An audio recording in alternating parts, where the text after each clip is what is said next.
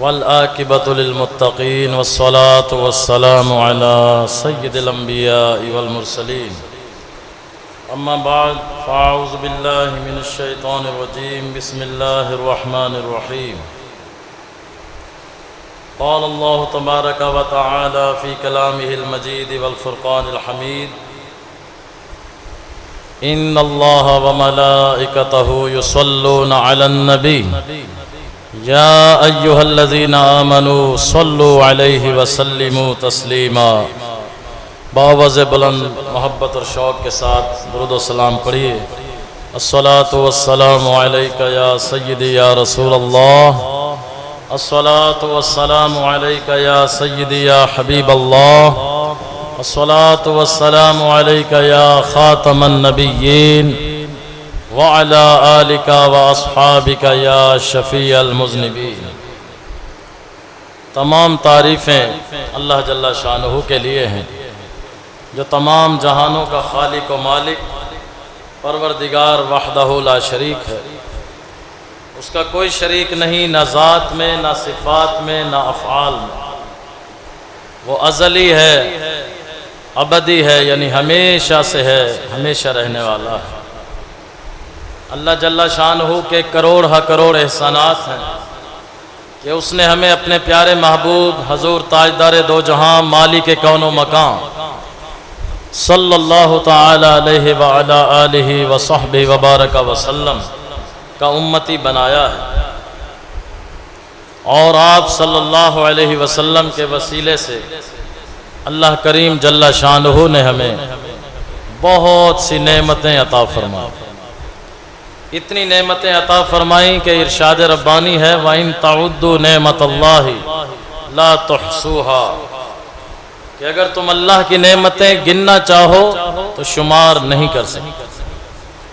ان نعمتوں میں سب سے بڑی نعمت اللہ کریم عز و جل نے ہمیں اپنے پیارے محبوب تاجدار مدینہ، راحت قلب و سینہ، صاحب معطر و معمبر پسینہ صلی اللہ تعالی علیہ وسلم کا دامن کرم عطا فرمایا ہے۔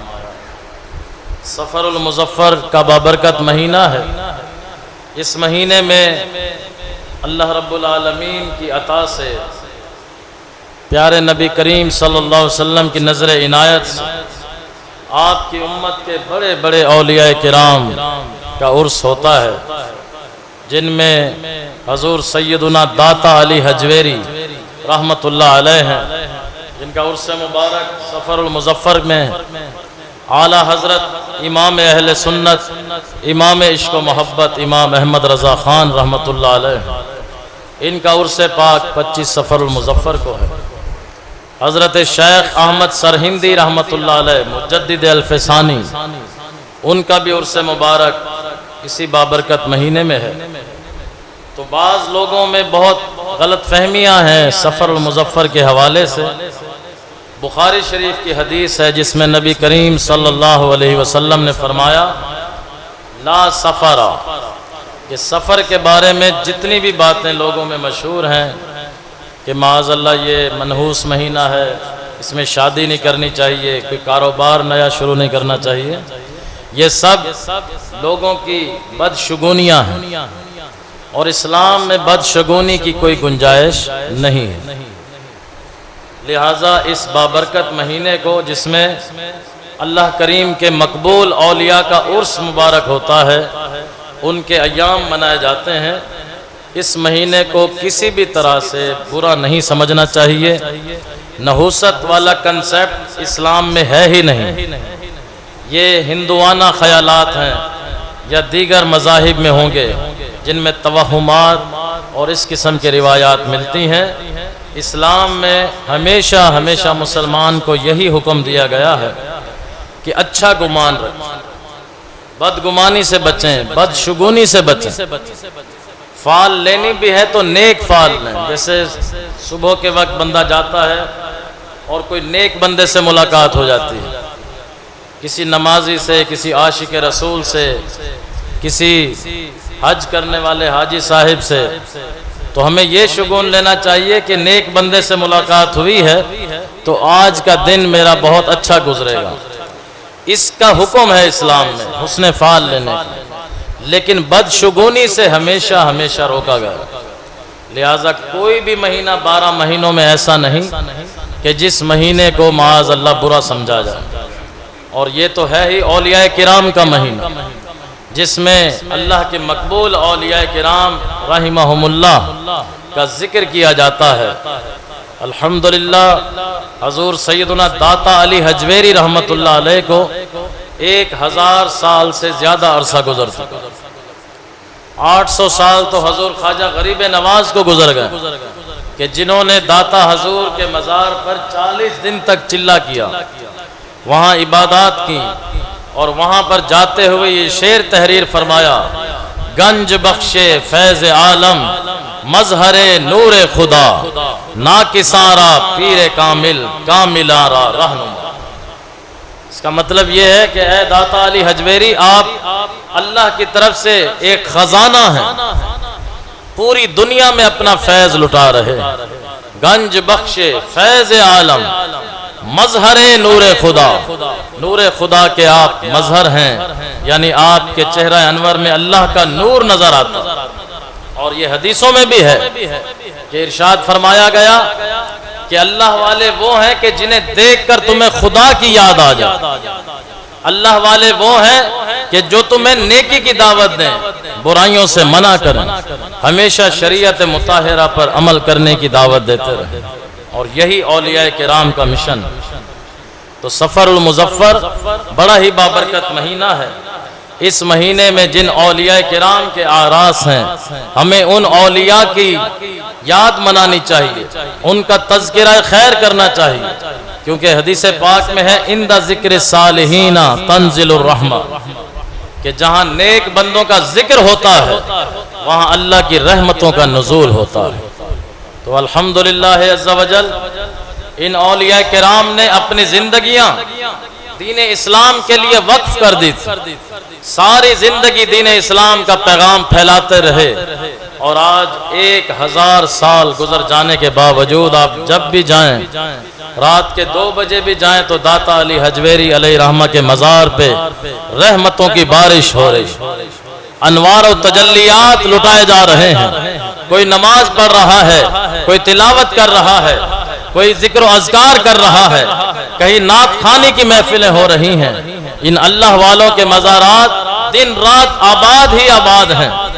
آج ہم میں سے کسی کو اپنے 5ویں یا 6ٹھی پشت میں جو ہمارے دادا ہیں ان کی قبر کا ہمیں پتہ ہی نہیں ہوتا، ان کے ناموں کا پتہ نہیں ہوتا، لیکن اللہ والوں کی شان دیکھیے، 1000 سال گزر گئے، لیکن الحمدللہ آج بھی کروڑوں کی تعداد میں داتا حضور کے دیوانے ہیں جو آپ کے مزار پر جوک در جوک حاضری دے رہے ہیں، وہاں سے برکتیں لے رہے ہیں، ان کی مشکلیں آسان ہو رہی ہیں، حاجتیں روا ہو رہی ہیں۔ یہ سب اولیاء اللہ کا فیضان ہے۔ ان اولیاء کی شان میں اللہ کریم نے فرمایا: الا ان اولیاء اللہ لا خوف علیہم ولا هم یحزنون، کہ اے لوگو سن لو کہ بے شک جو اللہ کے ولی ہیں، جو اولیاء اللہ ہیں، لا خوف علیہم، ان پر کسی قسم کا دنیاوی خوف و خطرہ نہیں ہوتا، ولا هم یحزنون، نہ ہی یہ قیامت کے دن کسی غم میں مبتلا ہوں۔ جب قیامت کا دن ہوگا، قرآن مجید میں اس کا منظر کئی جگہ اللہ کریم نے بیان فرمایا ہے کہ اذا زلزلت الارض زلزالها، کہ جب زمین تھر تھرا رہی ہوگی، واخرجت الارض اثقالها، اور زمین اپنے اندر جو امانتیں ہیں، جو بوجھ ہیں، ان کو نکال دے گی، وقال الانسان ما لها، انسان اس وقت کہے گا یہ کیا ہو رہا ہے، اور اپنے اپنے اعمال کا ہر ایک حساب دے رہا ہوگا۔ سورج 1.25 میل پہ رہ کے آگ برسا رہا، تانبے کی زمین ہوگی جو کہ آگ کی طرح دہک رہی ہو، اس زمین محشر پہ تانبے کی دہکتی ہوئی زمین پر ہمیں کھڑے ہو کر اپنی ساری زندگی کے اعمال کا حساب دینا۔ حدیث پاک میں ہے بندے سے 3 سوال ہوں گے کہ تم نے زندگی کیسے گزاری، اپنی جوانی کیسے گزاری، مال کہاں سے کمایا اور کہاں خرچ کیا۔ تو جنہوں نے اپنی زندگی غفلتوں میں گزار دی، گناہوں میں مستغرق ہو کے گزار دی، نمازوں سے سستی میں گزار دی، قرآن پاک کی تلاوت سے غفلت میں گزار دی، وہ قیامت کے دن کیا جواب دیں؟ اور ان اولیاء کی شان دیکھیں کہ جو دن رات تلاوت قرآن کرتے ہیں، جو دن رات اپنے رب کی یاد مناتے ہیں۔ حضرت سلطان باہو علیہ رحمہ فرماتے ہیں کہ ایک گھڑی بھی ہم اولیاء اللہ کی یاد سے غافل نہیں ہوتے، ہر وقت اپنے رب کی یاد میں گم رہتے ہیں۔ اور ان کی شان کیا ہے کہ حضرت سلطان باہو رحمت اللہ علیہ جب باہر تشریف لاتے تھے تو جس غیر مسلم کی نظر آپ کے چہرے پہ پڑتی تھی اس کی زبان پر کلمہ طیبہ جاری ہو جاتی۔ اس طرح لاکھوں لوگوں کو آپ نے مسلمان کیا۔ حضور داتا علی حجویری علیہ رحمت دریائے راوی کے کنارے بیٹھے ہیں، مریدین اور آپ کے شاگرد حاضر ہیں، علمی درس ہو رہا ہے۔ دیکھا کہ کچھ لوگ دودھ کے برتن بھر بھر کے لے کے جا رہے ہیں۔ آپ نے اپنے مریدوں سے کہا ان سے پوچھو کہاں جا رہے ہیں؟ ایک بڑی اماں کے پاس بالٹی دودھ کی بھری ہوئی لے کے جا رہی، پوچھا اماں کہاں لے کے جا رہی ہو؟ کہنے لگی کہ ایک جادوگر ہے، اس نے کہا ہے کہ اگر ہم نے اپنے جانوروں کا دودھ اس کو نہ دیا تو پھر ہمارے جانور بجائے دودھ دینے کے ان کے تھنوں سے خون جاری ہو جائے، اور ایسا ہو چکا ہے، لہذا ہم مجبوراً سارا دودھ اس کو دینے پہ مجبور ہیں، خود پریشانی میں زندگی گزار رہے ہیں۔ جب داتا حضور کو یہ عرض کی گئی، آپ نے فرمایا اس بڑی اماں سے کہو آج یہ دودھ ہمارے لنگر خانے میں دے دیں، انشاءاللہ اللہ کی رحمت سے تمہارے جانور پہلے سے دگنا دودھ دیں گے۔ جب مرید نے جا کر بڑی اماں کو یہ بتایا تو اس نے کہا واقعی ایسا ہوگا۔ پھر جب داتا حضور کی زیارت کی کہ آپ کے چہرہ انور پہ انوار و تجلیات کی بارش ہو رہی ہے، دیکھتے ہی کہنے لگیں یہ چہرہ کسی جھوٹے کا نہیں ہو سکتا، یہ تو اللہ کے ولی کا چہرہ لگتا ہے۔ اور یہ کہہ کر اس نے اپنا سارا دودھ آپ کے لنگر خانے میں دے دیا، اور وہاں سے واپس جب گھروں کو گئے اور جا کر دوبارہ جب جانوروں کا دودھ نکالا تو دودھ نکال کے تھک گئیں، سارے برتن بھر گئے لیکن دودھ ختم نہیں ہوا۔ اب یہ بات جنگل میں آگ کی طرح پھیل گئی کہ دریائے راوی کے کنارے ایک اللہ کے پیارے بیٹھے ہیں، ان کے مدرسے میں ان کے لنگر خانے میں جو دودھ دیتا ہے اس کے جانوروں کے دودھ میں اتنی برکت آ جاتی ہے کہ جتنے برتن ہیں گھر کے محلے کے دودھ سے بھر جاتے ہیں لیکن جانوروں کا دودھ ختم نہیں ہوتا۔ اللہ اکبر۔ یہ کہتے ہی سارے کے سارے لوگ حضور داتا علی حجویری رحمت اللہ علیہ کے مدرسے کی طرف حاضر ہونے لگے۔ اس جادوگر نے اپنے چمچوں سے پوچھا کہ آج دودھ دینے کوئی نہیں آیا، جا کر پوچھو تو صحیح کیا معاملات۔ جب اس کے شاگرد آئے جو اس سے جادو سیکھتے تھے اور لوگوں کو تنگ کیا کرتے تھے، انہوں نے کہا حضرت وہاں تو معاملہ ہی کچھ اور ہے۔ ایک مولانا صاحب بیٹھے ہیں دریائے راوی کے کنارے اور ان کے ساتھ بھی ان کے مریدین اور شاگرد ہیں، لوگ سارا دودھ ان کے لنگر خانے میں دے رہے ہیں۔ جادوگر کو بڑا غصہ آیا کہ یہ میری کمائی پر کس نے لات ماری، میں بھی جا کے دیکھتا۔ اس سے بڑا گھمنڈ تھا، تکبر تھا کہ اس کے پاس شیطانی قوتیں تھیں۔ اب وہ وہاں پہنچا تو حضور داتا علی حجویری رحمت اللہ علیہ کے شاگرد کچھ گھبرانے لگے۔ آپ نے فرمایا بالکل نہ گھبراؤ، اللہ کی مدد ہمارے ساتھ۔ جب اللہ کی مدد اور رحمت اور نصرت ہمارے ساتھ ہے تو ہمیں گھبرانے کی کوئی حاجت ہی نہیں۔ اس کے بعد اس جادوگر نے کہا کہ اب میں تم میں سے کسی کو زندہ نہیں چھوڑوں گا، آگ سے جلا دوں گا۔ میں آسمان کی طرف اڑ کے جا رہا ہوں، آگ بن کر تم پر گروں گا، سب کچھ جل کر بھسم ہو جائے۔ داتا علی حجویری رحمت اللہ علیہ مسکرانے لگے اور قرآنی آیات کا ورد فرمانے لگے اور دل ہی دل میں اپنے رب سے مدد مانگنے لگے۔ اللہ اکبر۔